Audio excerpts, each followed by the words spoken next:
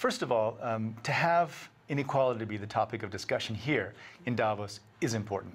You know, the Oxfam just put out a report saying that the 85 wealthiest people in the world control as much wealth as 3.5 billion of the poorest. So 85 people control as much wealth as half the population. Now, we can sit around and wring our hands and decry inequality as we nibble on hors d'oeuvres up here in the mountains. Or fondue. Or fondue. But what we're coming here to say is, look, there are things we can do right now to decrease inequality. The first and I think most important thing is we have to count. We have to know which direction inequality is moving in any given year. So the World Bank group has committed to a target around poverty, but we've also committed to measuring the income growth of the bottom 40%. First time in history we've done it.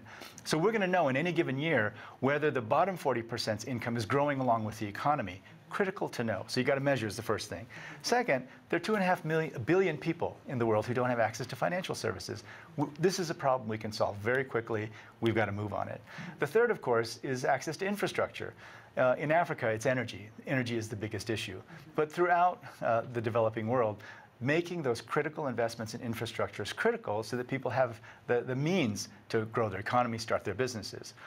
Finally, in the third area, one in which we've been having an intensive discussion with the Chinese authorities, is investing in human beings. We're going to see, you know, the Fed starting to taper its monetary stimulus program this year. What sort of effect do you think that will have on, especially the emerging economies around the world? Well, you know, when Chairman Bernanke announced in May that tapering will happen sometime in the future, it's exactly what he was supposed to do. You know, we always say that we're in uncharted territory with the unconventional monetary policies. And so as we taper, the most important thing is to communicate early, communicate often, and to try to do it as smoothly as possible.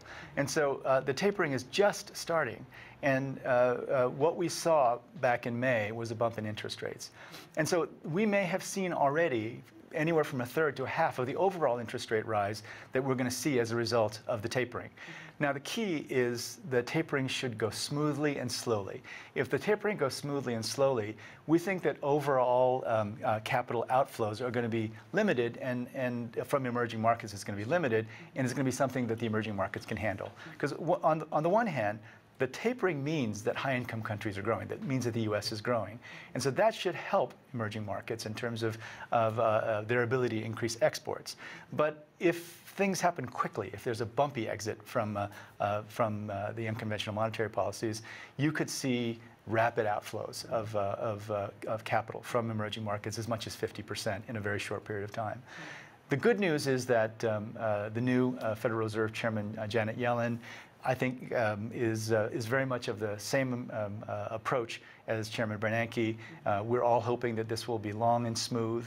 And in that case, we think the overall exit of capital will be relatively limited. And between now and 2016, it'll move from something like 4.6% of GDP, which it is right now, to 4% of GDP. And again, the growth that the high-income countries are experiencing that leads to the taper, we think will help emerging markets adjust to the taper.